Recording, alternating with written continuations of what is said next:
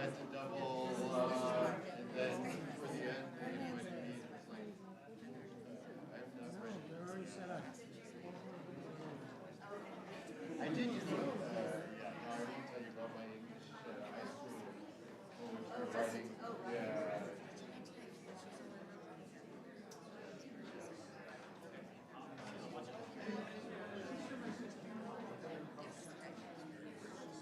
She's, Jillian,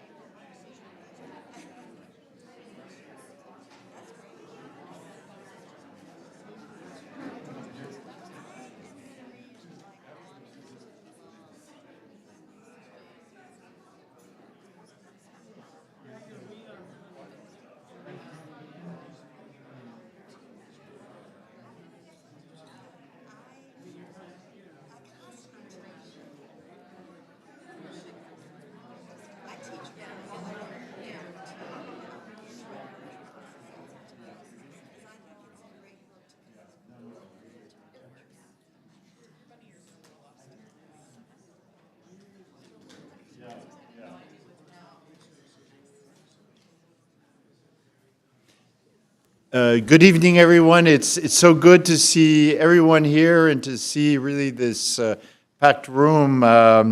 This is really a special event. It's not every day that you get to celebrate National Poetry Month alongside two-term Poet Laureate of the United States and distinguished Pulitzer Prize winner, Natasha Trethewey. Natasha.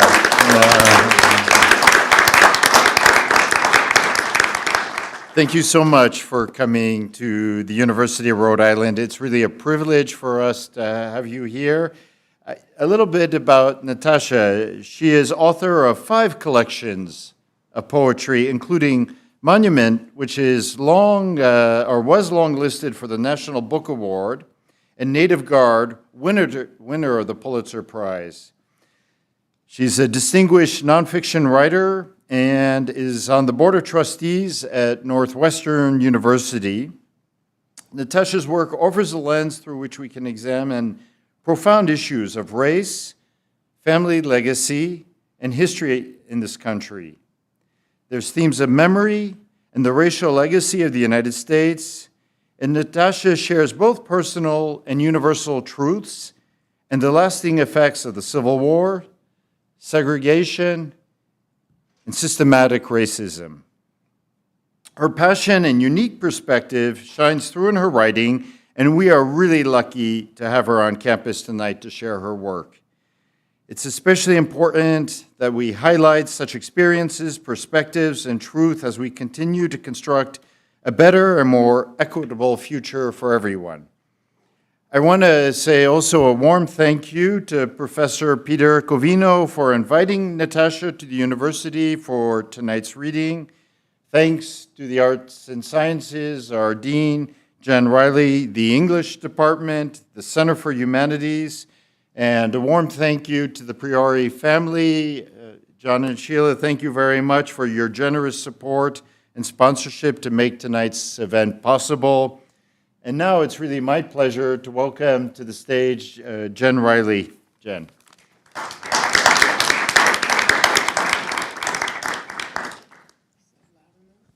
Can everyone hear us in the back? So I always say never go after the president because I don't need these anymore. I want to start. I do want to thank a few people for making this happen. And Peter and the English department are key in all of this. Including Carolyn Batinsky, Marty Rojas, Telviki Ansel, and Afia Ansang. There was really a great group that came together to do this. This is a passion of mine to have an event during National Poetry Month, and I appreciate my colleagues in the English department for indulging me in that passion and helping make it happen. I also want to thank Rhonda Laporte and Pam Page from the Dean's Office. As Rachel knows, they do amazing work behind the scenes. I often say Rhonda's the dean. You don't know it, but she is, and she keeps the trains running on time for all of us. So it's a team that really brought this together. I get the pleasure, one of the things we're doing with this event is I get the pleasure of announcing our winner of this year's Knowles Poetry Prize. This is the 3rd year that we're giving out this award. It was initiated in 2021 and is named after Erica Knowles, whose life was tragically cut short in 2012. At the time, Erica was a journalism and gender and women's studies major. Outside of class, she pursued her interests as an artist, a photographer, a musician, and she was a poet and creative writer, as I think Jody, who's here, can attest to, right? This award keeps the memory of Erica alive here at URI, and I'd like to recognize the Priori family who have joined us here today and thank them for the support of what they do for the Knowles Award as well as for the Knowles Scholarship. Events like this are really important. They bring people together in community, and events that are surrounded about poetry are about the beauty of language, how it can help us see the world differently, how it can help us see one another in different ways. And that's why I love poetry, because it opens us up to possibility. So I thank you for being here. I want to turn my attention to our awardees. So, you have to lean really close to it. We need to work on the tech in here. Okay, I'll lean closer. We had students submit for the Knowles Poetry Award, and I would like to acknowledge 2 of our finalists, one of who I think is here today, Jada Williams and Sasha Ambamhato. So Sasha, I know you're here. You get awarded one of the Dean's recognition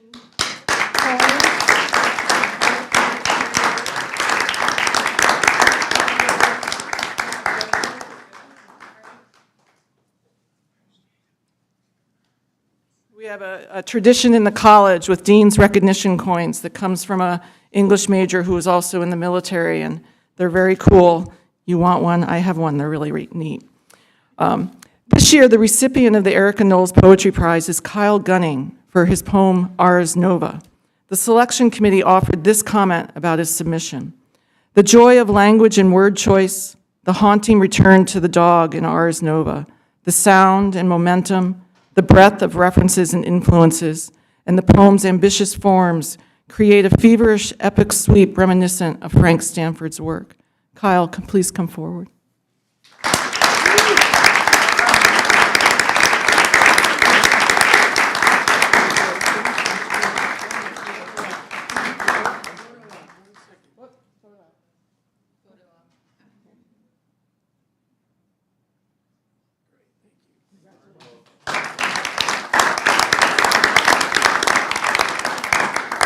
I'm pleased to turn the mic over to Rachel Rothenberg, who will present our honored guest, Natasha Trethewey. Rachel holds degrees in English and Lusophone literatures from Tufts University and Brown University. She's currently an ABD doctoral fellow in English and creative writing at the University of Rhode Island, where she's working on a dissertation that considers Natasha Trethewey's contributions to the study of grief's durable archive. She is the 2023 winner of Phoebe Journal's Greg Grummer Poetry Contest and a 2023 Pushcart Prize nominee, no small feat. Her work is featured in Phoebe, About Place Journal, Harbor Review, Shenandoah, and elsewhere. She is also the senior associate editor at Barrow Street Press. Rachel.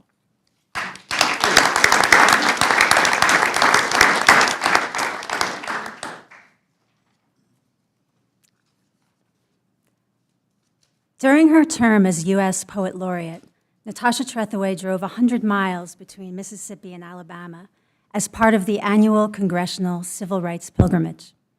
One by one, she revisited the movement's sites of racial violence and political struggle, drawing a hard-traveled line over the dot map of our history of injustice. Inscribing the pattern of these events upon the land and the page is central to Trethewey's project of turning memory into monument.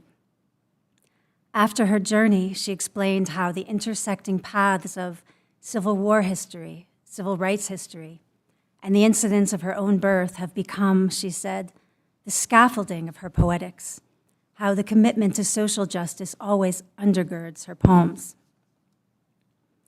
Undergirding, scaffolding, these architectural elements are the bracing of Trethewey's work, tangible structures that speak not only to her ethic, but to her aesthetic. We learn in Trethewey's lyric memoir, Memorial Drive, that her investment in substantive things has roots in her upbringing, her identity, and her relationship to writing. Daughter of a poet who impressed the importance of figurative language, a reverence for the materiality of metaphor was also instilled by her maternal grandmother, who taught, she writes, the figurative power of objects, their meaningful juxtapositions. Objects and geography are essential to Trethewey's examination of both structural injustice and histories of violence. Because without hard evidence, a durable archive, how are we to hold both systems and individuals accountable? As she surveys the evidence surrounding the loss of her mother and the altering landscape, we find so often that the record is unreliable, the document fading, the tape snagged, unanswered letters, shifting and disappearing graves, the land iced over. Of a surviving photograph of her mother, Trethewey writes, there's a flaw in the picture, a white spot at the center of her face from which she already seems to be disappearing.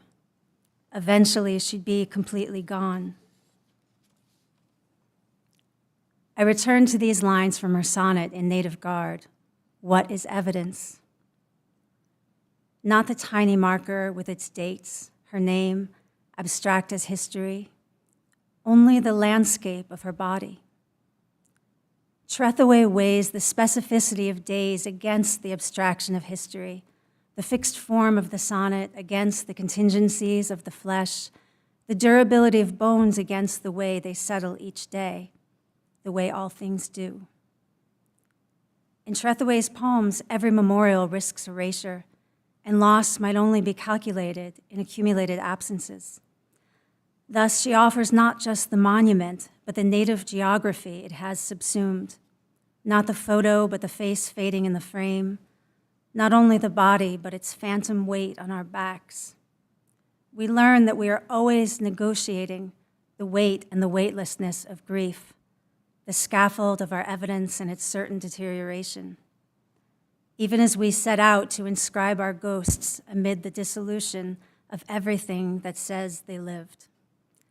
Please welcome Natasha Trethewey.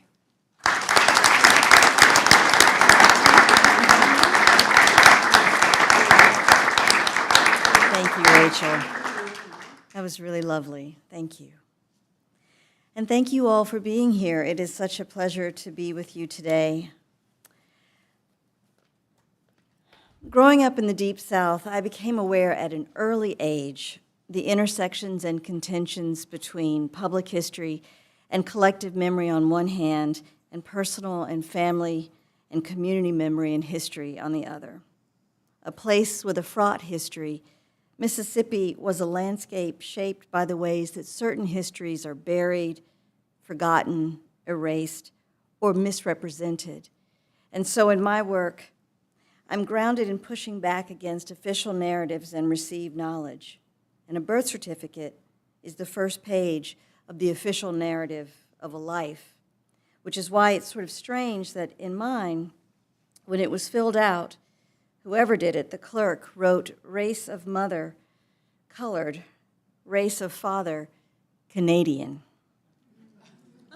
That's my white father. Apparently, Canadian gets to be a race, not just a nationality.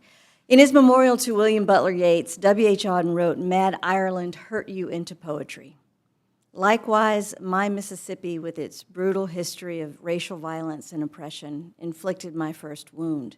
When I was born there in 1966, interracial marriage was still illegal there and as many as 20 other states in the nation. Perhaps that's why the clerk misrepresented the truth on my birth certificate. Miscegenation. In 1965, my parents broke 2 laws of Mississippi. They went to Ohio to marry, returned to Mississippi. They crossed the river into Cincinnati, a city whose name begins with a sound like sin, the sound of wrong, miss in Mississippi.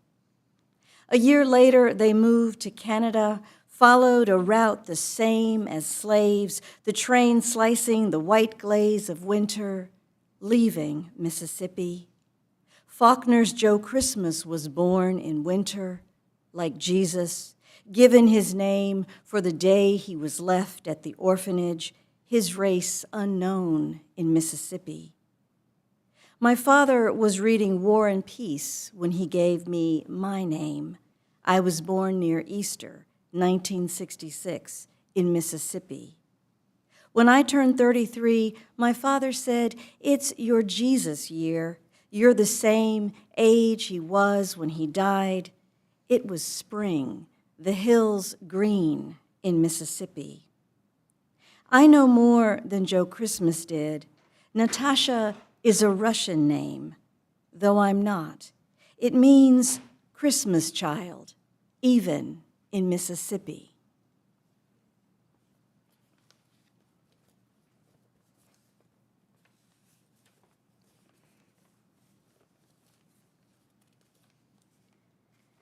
This next poem begins with an epigraph from Justice Hugo Black, writing in 1964.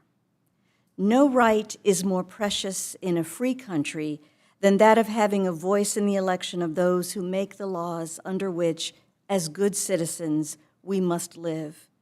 Other rights, even the most basic, are illusory if the right to vote is undermined." Quotidian.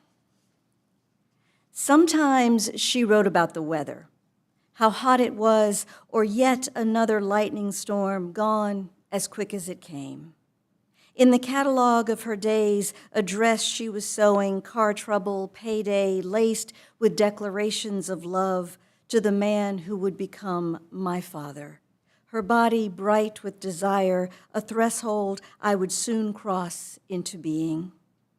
2 years before loving will make their love legal, my mother writes about marrying despite an unjust law. And because it is 1965, Mississippi in turmoil, she writes about a cross burned at the church next door, interracial outings at the beach, and being followed by police. All of it side by side in her letter's tidy script.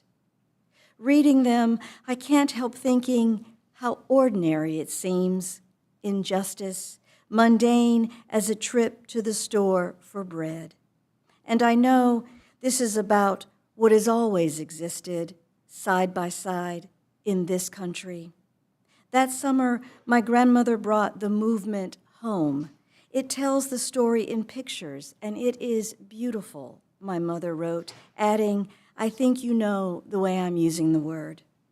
On the cover, a black protester caught in a cop's chokehold, his mouth open to shout or gasp for air. Inside, pictures I could not bear to look at as a child, a man tied to a scaffold, his body burned blacker, the fire still smoldering beneath him. 2 boys hanged from a tree above the smiling white faces of the revelers turned back toward the camera, a young couple holding hands, ordinary as any night out on a date. Now I think of my mother, in love and writing love letters, cataloging her days, those terrible, beautiful pictures on the table next to the crocheted lace doily and crystal bowl my grandmother kept for candy, butterscotch in cellophane wrappers, bright and shiny as gold. It is July 20th, 1965, 2 months before my parents will break the law to be married, and my mother, who's just turned 21, signs off, her rights basic as any other citizens. Have to run, she wrote, got to get downtown, to register, to vote.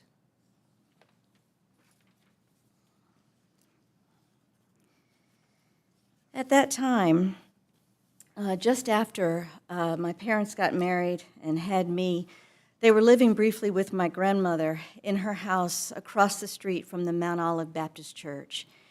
And at the time, the church was doing a voter registration drive to get disenfranchised Black Americans registered to vote. Because of that, because this interracial family was living in the house and the voter registration drive was going on across the street, you know, my grandmother used to let the church deacons park the bus in her driveway because the church didn't have its own driveway. And we never knew if the act of domestic terrorism was because of us inside the house or the voter registration drive happening at the church. This is incident. We tell the story every year, how we peered from the windows, shades drawn, though nothing really happened, the charred grass now green again. We peered from the windows, shades drawn, at the cross trussed like a Christmas tree, the charred grass still green. Then we darkened our rooms, lit the hurricane lamps. At the cross trussed like a Christmas tree, a few men gathered, white as angels in their gowns. We darkened our rooms and lit hurricane lamps, the wicks trembling in their fonts of oil. It seemed the angels had gathered, white men in their gowns. When they were done, they left quietly. No one came. The wicks trembled all night in their fonts of oil. By morning, the flames had all dimmed. When they were done, the men left quietly. No one came. Nothing really happened. By morning, all the flames had dimmed. We tell the story every year.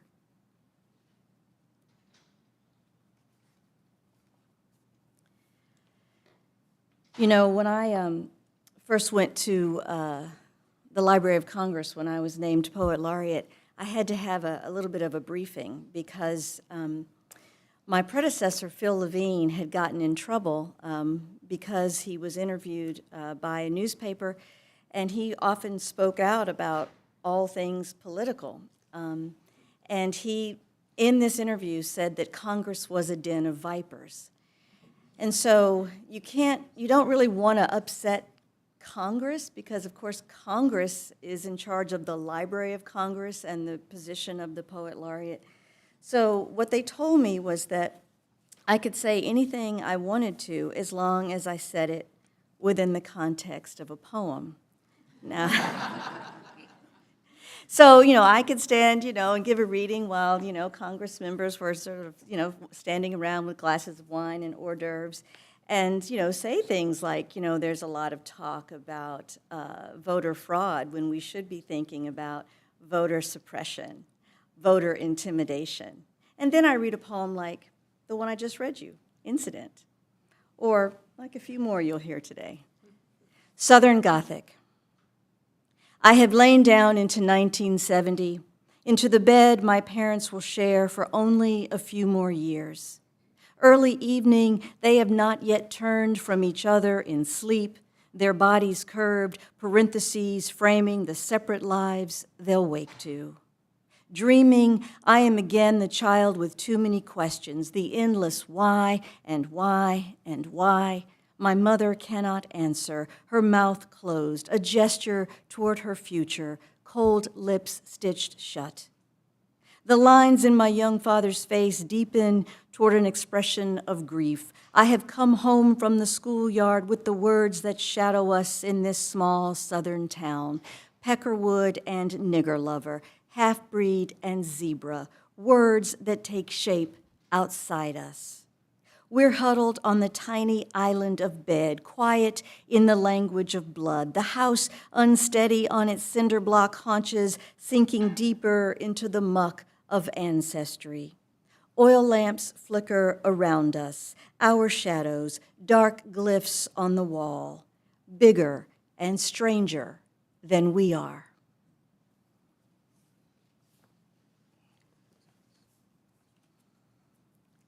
So that was kind of you to prop that door open so that we won't have to hear all the departures. I always wonder about those departures. I'm a professor too, and we require students sometimes to come, and they're like, oh, they made it 5 minutes in. That does it. They can write a brief note to their professor about it, proving they were here. That's good. I don't usually call it out, but I'm in one of those moods today, so I'm just going to say something about it. And since I'm saying something about it, I want to give anyone else the opportunity to go now, because I'm about to read a poem. I'm going to tell you right now, it's going to take me 8 minutes to read it. It's going to wash over you, I hope, like a flood. You may not like what it says. So, any takers? All right. So I just saw on the news the other day, I think the only living survivor of the Tulsa Race Massacre. And I was commissioned to write a poem for the 100th anniversary of the Tulsa Race Massacre. And this is it. Ground Truth, or Notes for a Poem on the Tulsa Race Massacre. The first day I spent in Tulsa, I woke to a parade gathering outside my window, a commemoration begun in 1918 as Armistice Day, marking the end of the Great War. At the corner of Elgin and Archer, I was just blocks from the place I'd come to see, the heart of it, Black Wall Street, yet another site steeped in the residue of history, of white mob violence settled down in the soil. Watching the staging area, the flatbed trucks lining the route, I couldn't stop seeing scenes of the invasion, massacre in Greenwood, the dead hauled away, black men paraded through the streets, women and children rounded up for internment, carted through town, through the jeering cheers of whites, some of them, survivors recalled, boys young as 10 years old. Call it coincidence or synchronicity, the term Carl Jung gave to the phenomenon of events coinciding as if related, but with no causal connection. The morning of the parade, I wasn't thinking of armistice, nor that you could trace the events of 1921 back to the war, to black soldiers come back determined to end Jim Crow, to fight for democracy at home.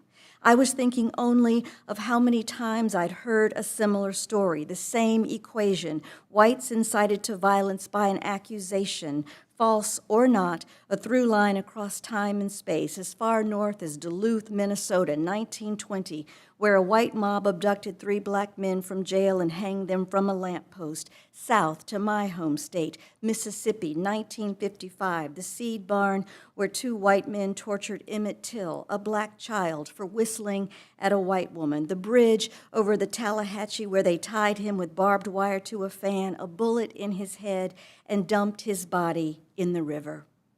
Days later, a revelation, snag in the water where he would not be held down, his body come back, a single toe rising above the surface as if to signal, I am here, you will not erase me, my body of evidence. Some say coincidence is pattern revealed.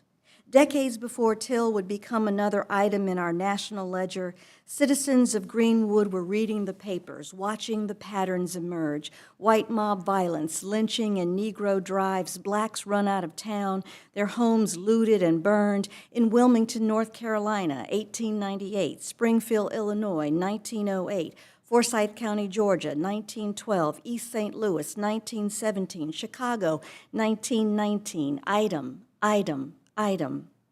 They were watching patterns of rhetoric, language, evidence of thought, as in Nab Negro, the headline in the Tulsa Tribune that day in May.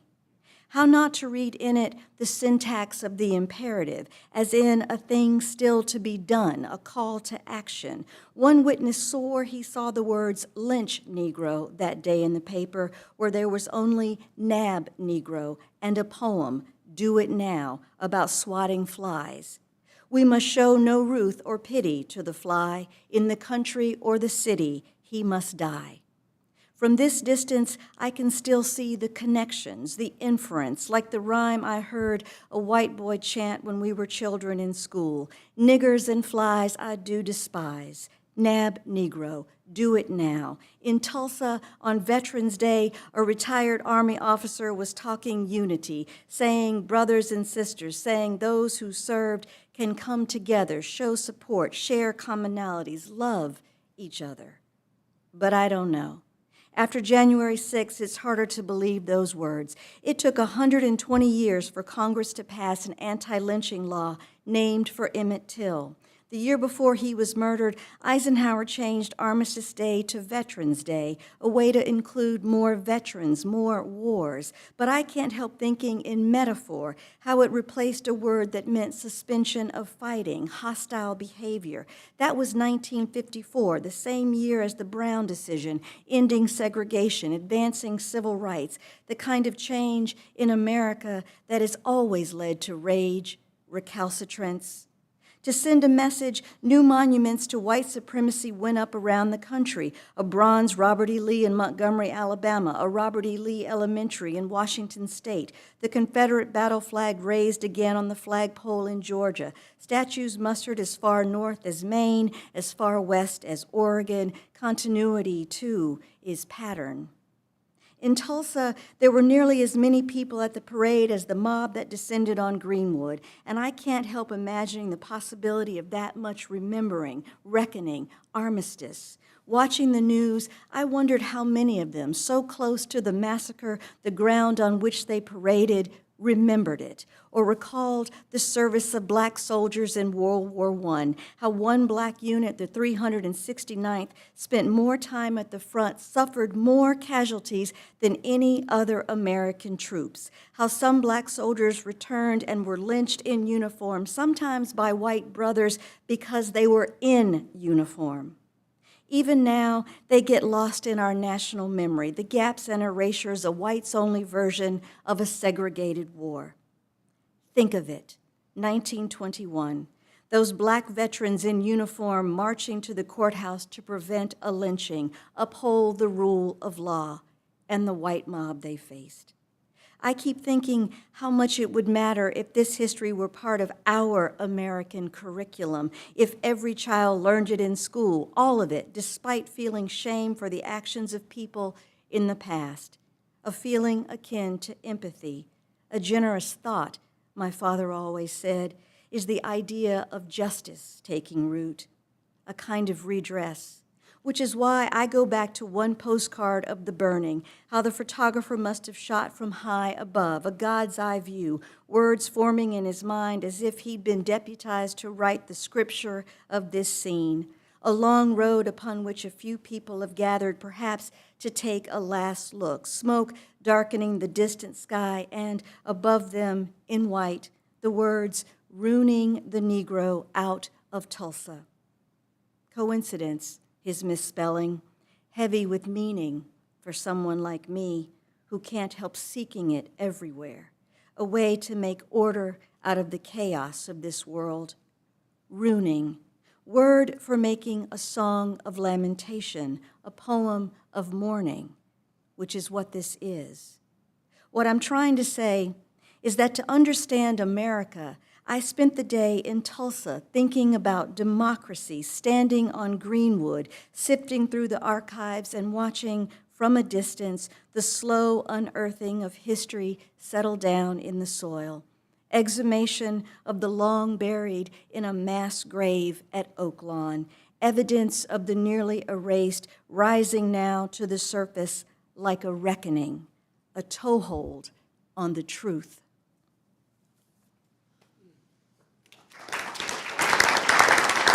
Thank you.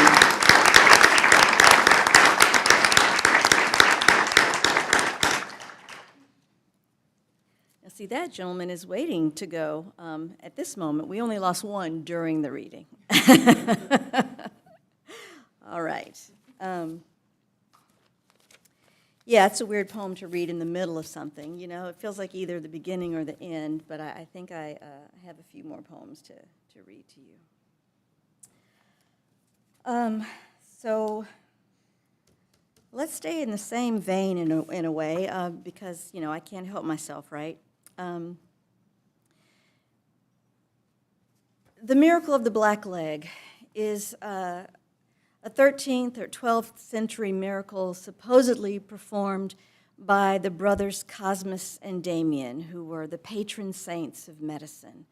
They were told that there was a white sacristan who had a diseased leg and that they needed to take that leg off and replace it with another leg. And throughout, it begins first as a narrative in Greek, and then in the 14th century, you begin to see altarpieces and paintings in churches depicting the miracle.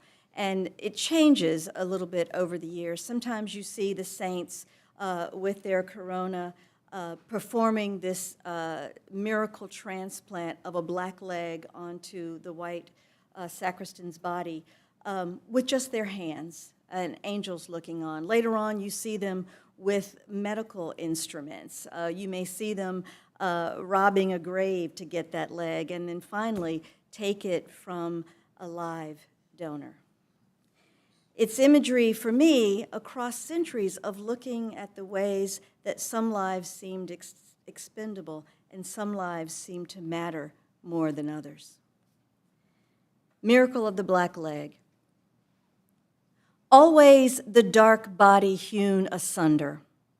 Always one man is healed, his sick limb replaced, placed in the other man's grave. The white leg buried beside the corpse or attached as if it were always there.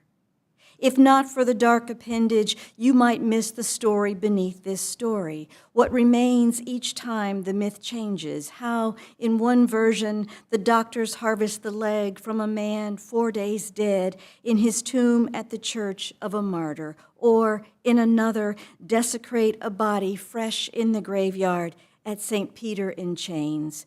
There was buried just today an Ethiopian. Even now, it stays with us. When we mean to uncover the truth, we dig say unearth. Emblematic in paint, a signifier of the body's lacuna, the black leg is at once a grafted narrative, a redacted line of text, and in this scene, a dark stocking pulled above the knee. Here, the patient is sleeping, his head at rest in his hand. Beatific, he looks as if he'll wake from a dream. On the floor beside the bed, a dead Moor, hands crossed at the groin, the swapped limb white and rotting, fused in place. And in the corner, a question, poised as if to speak the syntax of sloughing a snake's curved form. It emerges from the mouth of a boy like a tongue, slippery and rooted in the body as knowledge. For centuries, this is how the myth repeats.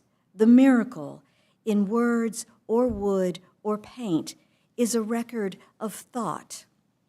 See how the story changes. In one painting, the Ethiop is merely a body, featureless in a coffin, so black he has no face. In another, the patient at the top of the frame seems to writhe in pain, the black leg grafted to his thigh.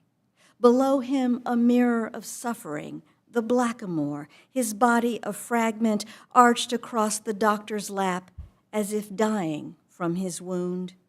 If not imminence, the soul's bright anchor, blood passed from one to the other, what knowledge haunts each body, what history, what phantom ache? One man always low in a grave or on the ground, the other up high, closer to heaven. One man always diseased, the other a body in service, plundered. Both men are alive in Violdo's carving. In twinned relief, they hold the same posture, the same pained face, each man reaching to touch his left leg. The black man on the floor holds his stump. Above him, the doctor restrains the patient's arm as if to prevent him touching the dark amendment of flesh. How not to see it? The men bound one to the other, symbiotic, one man rendered expendable, the other worthy of this sacrifice. In version after version, even when the Ethiopian isn't there, the leg is a stand-in, a black modifier against the white body, a piece cut off as in the origin of the word comma, caesura in a story that's still being written.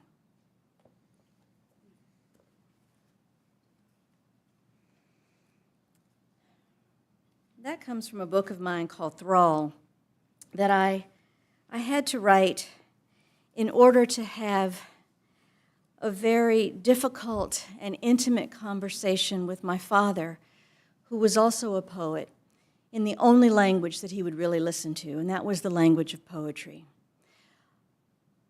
It sort of begins for me in thinking about the debates that my father and I had over a lifetime about the Enlightenment. Of course, the Enlightenment is wonderful, but at the same time, the Enlightenment is the moment that Enlightenment philosophers first began to codify ideas of racial difference and racial hierarchy, those things that sort of have come down to us now in the form of ideas about truth and difference. This is a poem called Enlightenment, and in order to write this poem, I had to take my father back to Monticello, Thomas Jefferson's home. He took me there the first time, perhaps 30 years ago, and a lot of things have changed at Monticello in these last intervening years. Whereas it was once taboo to bring up Sally Hemings, now it is the official position that Jefferson fathered several of Sally Hemings' children, and the docent will mention this at the beginning of the tour. Now, because of that, the conversations that you might hear at Monticello have changed, but I think the underlying ideology has not. Enlightenment. In the portrait of Jefferson that hangs at Monticello, he is rendered two-toned, his forehead white with illumination, a lit bulb, the rest of his face in shadow, darkened as if the artist meant to contrast his bright knowledge, its dark subtext. By 1805, when Jefferson sat for the portrait, he was already linked to an affair with his slave. Against a backdrop blue and ethereal, a wash of paint that seems to hold him in relief, Jefferson gazes out across the centuries, his lips fixed as if he's just uttered some final word. The first time I saw the painting, I listened as my father explained the contradictions. How Jefferson hated slavery, though, out of necessity, my father said, had to own slaves. That his moral philosophy meant he could not have fathered those children. Would have been impossible, my father said. For years, we debated the distance between word and deed. I'd follow my father from book to book, gathering citations, listen as he named, like a field guide to Virginia, each flower and tree and bird, as if to prove a man's pursuit of knowledge is greater than his shortcomings, the limits of his vision. I did not know then the subtext of our story, that my father could imagine Jefferson's words made flesh in my flesh, the improvement of the blacks in body and mind in the first instance of their mixture with the whites, or that my father could believe he'd made me better. When I think of this now, I see how the past holds us captive, its beautiful ruin etched on the mind's eye. My young father, a rough outline of the old man he's become, needing to show me the better measure of his heart, an equation writ large at Monticello. That was years ago. Now we take in how much has changed. Talk of Sally Hemings, someone asking, how white was she? Parsing the fractions as if to name what made her worthy of Jefferson's attentions, a near-white quadroon mistress, not a plain black slave. Imagine stepping back into the past, our guide tells us then, and I can't resist whispering to my father, this is where we split up. I'll head around to the back. When he laughs, I know he's grateful I've made a joke of it, this history that links us, white father, black daughter, even as it renders us other to each other.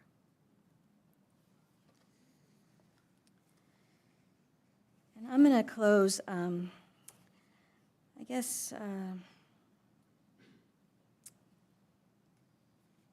just going to read one last poem. This is the first poem in my new and selected monument. And I wrote it at the same time that I was working on my memoir, Memorial Drive, which is, it's a book about becoming a writer, surviving a trauma, and living in the aftermath of grief, and the enduring bond between a mother and child. One day I was trying to write something about domestic violence, and I had to stop and turn the page of the memoir over because what was coming out as a poem instead. And it kind of reminds us the way that there are different things that we can do in prose and different things that we can do in a poem. So I had to, this had to come out as a poem. And it's a poem that it's spoken to the self, meant to be overheard by the world, but it is also a response to all the kind of, over the years, insensitive, perhaps not even particularly unwell-meaning things that people say about victims of domestic violence. It's called Imperatives for Carrying On in the Aftermath. Do not hang your head or clench your fists when even your friend, after hearing the story, says, "My mother would never put up with that." Fight the urge to rattle off statistics that, more often, a woman who chooses to leave is then murdered. The 100th time your father says, "But she hated violence. Why would she marry a guy like that?" Don't waste your breath explaining again how abusers wait. are patient, that they don't beat you on the first date, sometimes not even the first few years of a marriage. Keep an impassive face whenever you hear "stand by your man," and let go your rage when you recall those words were advice given your mother. Try to forget the first trial before she was dead, when the charge was only attempted murder. Don't belabor the thinking or the sentence that allowed her ex-husband's release a year later, or the juror who said, "It's a domestic issue. They should work it out themselves." Just breathe when, after you read your poems about grief, a woman asks, "Do you think your mother was weak for men?" Learn to ignore subtext. Imagine a thought cloud above your head, dark and heavy, with the words you cannot say. Let silence rain down. Remember you were told by your famous professor that you should write about something else, unburden yourself of the death of your mother, and just pour your heart out in the poems. Ask yourself what's in your heart, that reliquary, blood locket, and seed bed, and contend with what it means. The folk saying you learned from a Korean poet in Seoul, that one does not bury the mother's body in the ground, but in the chest, or, like you carry her corpse on your back. Thank you.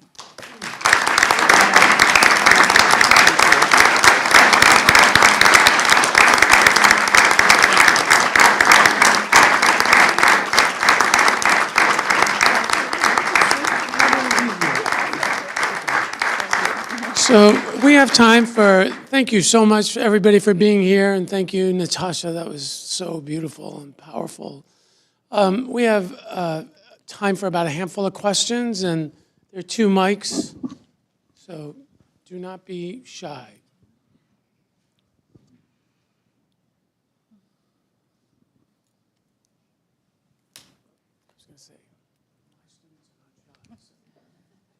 Oh, there's one back there. Yeah. Hi. I'm just curious, when you wrote the poem for the massacre, how many times did you cry? Because I was listening and I was sort of trying to contain myself not to cry. So now you have 8-minute longs of poem, but I would imagine it would require more than 8 minutes to write. Yes. And during that time, your emotions, your process, I would like to know if you can share about them. Yeah, thank you. You know, it took a long time to write, and I think that's why it actually, believe it or not, is a 2-part poem. The first part is called Interdispersal Loop, and it's a tiny little sonnet. And if you know anything about my work, I actually tend to write in tinier portions that seem manageable and much more of a strict containment, I think, for the emotion you're talking about. The way that 14 lines can contain so much and put a grip on it that keeps it from overflowing like the rest of that poem does. And the part about the interdispersal loop, and this was on the news the other day too, it's about how that community, Black Wall Street, which was a very prosperous community, was destroyed not once but twice. So the first time when the white mob descended on it and burned and looted it and everything, finally, after a few years, the people were able to start rebuilding the community, rebuilding their lives. And then, as often happens with eminent domain, they built a highway right through it and destroyed and separated the business district from the homes, and this once wealthy enclave of African Americans was destroyed a second time. So that's what the interdispersal loop is about. Then, when I turned to write the second, this is why I call it Notes for a Poem on the Tulsa Race Massacre, because in many ways, I am trying to just look at all of history and find a way to contain it, which is impossible, you know? It's much more like the huge Mississippi River and everything that gets swept up in it and carried away that may bob to the surface or may be totally erased forever. But I have to say that what still contains emotion for me is the act of making form, you know? And so even though that's one long poem in very long lines, which is not a thing that I ever do either, it's very long lines, all one stanza takes about 3 or 4 pages, you know, single-spaced. But basically everything I say twice, and that became one of the formal elements of it. You know, that moment that I introduced Emmett Till's toe in the beginning, you can bet, just like in the Chekhov story, that gun's gonna come back. It's gotta come back and go off later on. And everything in that poem is like that for me. And that's also the idea of the kind of formal repetition, the idea of item, you know, which is just that word we use in a footnotes to just say repeating something that happens again and again and again. That became the formal constraint, and that was the thing that held it all in and could help me contain despair. Because when you're looking across time and space and a moment in which we seem to be regressing as a nation, what else to feel but despair unless you can find the hope? And the one bit of hope is the reckoning, is even a tiny toehold on truth is the thing.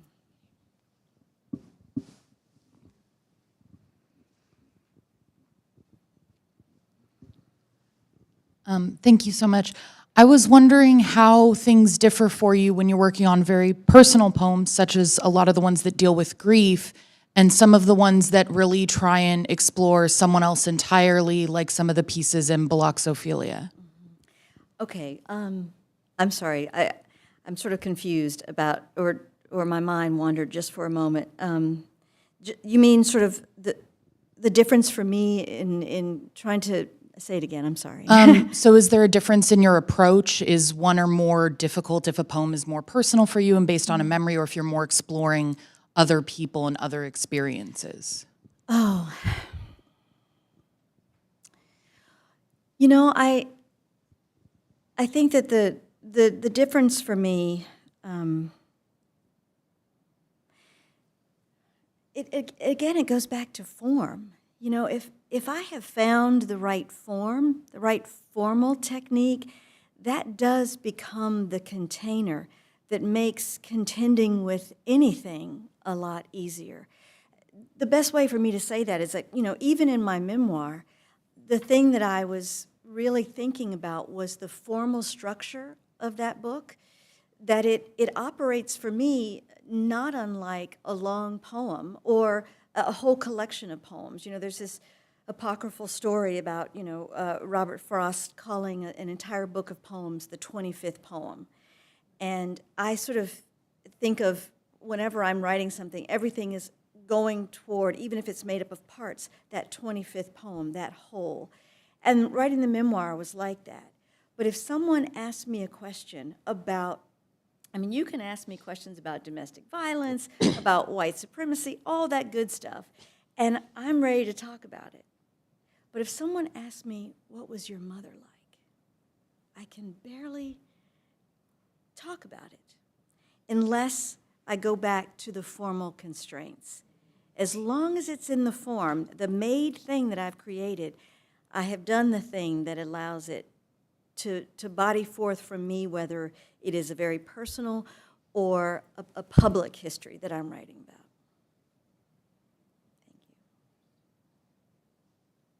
Thank you. I just had a quick question. I was wondering if there was anybody or anything that potentially inspired you to start writing when you did, especially given some of the controversies you may have faced as you started writing these poems. Mm-hmm. Yeah, I mentioned at the beginning, quoting W.H. Auden, Matt Ireland hurt you into poetry. my Mississippi inflicted my first wound. And I always write from this position of two existential wounds that are really, two sides of a single coin. And so that first wound has to do with the wounds of history, the wounds of America's original sin. Those are things that, that I couldn't help but write about, having been born at my particular time and place. The second and the deeper wound happened when I was 19, when my mother was murdered. And that is the moment that, even though I had written poems about history as a child, and I thought I was, I loved writing short stories when I was a teenager. When I was 19, in my freshman year of college, I tried to write the first poem to contend with my grief over losing her. And it wasn't many years until I started, I wrote one poem and I stopped, and it was a long time before I wrote poems again. And it took me a long time to realize why those two things were ultimately connected for me. And it almost seems like the kind of coincidence and synchronicity that I was talking about in the Ground Truth poem. I was born on Confederate Memorial Day, exactly 100 years to the day the holiday was first celebrated in the state of Mississippi. My parents' marriage, interracial marriage, was still illegal. But my mother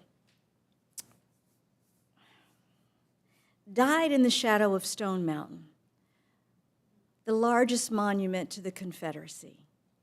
And it wasn't until writing my memoir, I didn't even know this when I was writing about the Civil War and the kind of domestic violence that a civil war is. I didn't know until I wrote the memoir and had to sort of look at those two things juxtaposed, my mother's death and that giant monument with, bigger than Mount Rushmore, the carving of Jeff Davis and Stonewall Jackson and Robert E. Lee. And the juxtaposition of those two things and my need to write so that I could recalibrate the world so that the monument to her would be larger than the monument to white supremacy that she died beneath.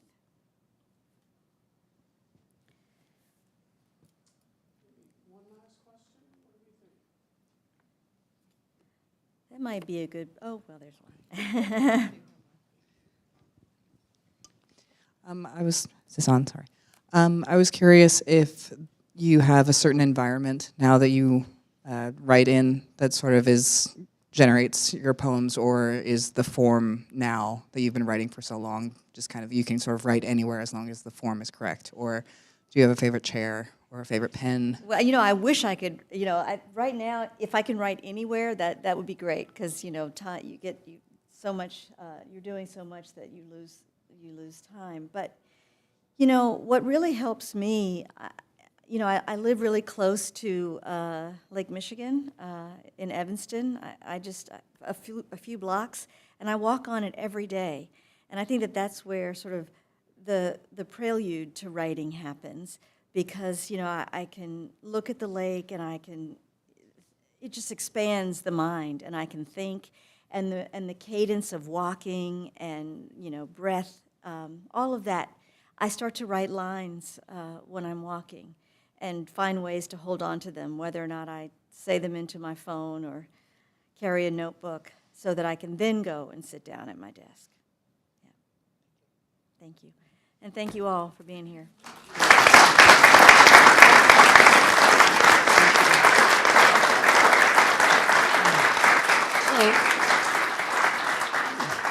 Thank you again for being here. There are books for sale to the left, and Natasha will be kind enough, hopefully, to sign some of them. Queue will start to the left, so take out the wallets. Thanks again.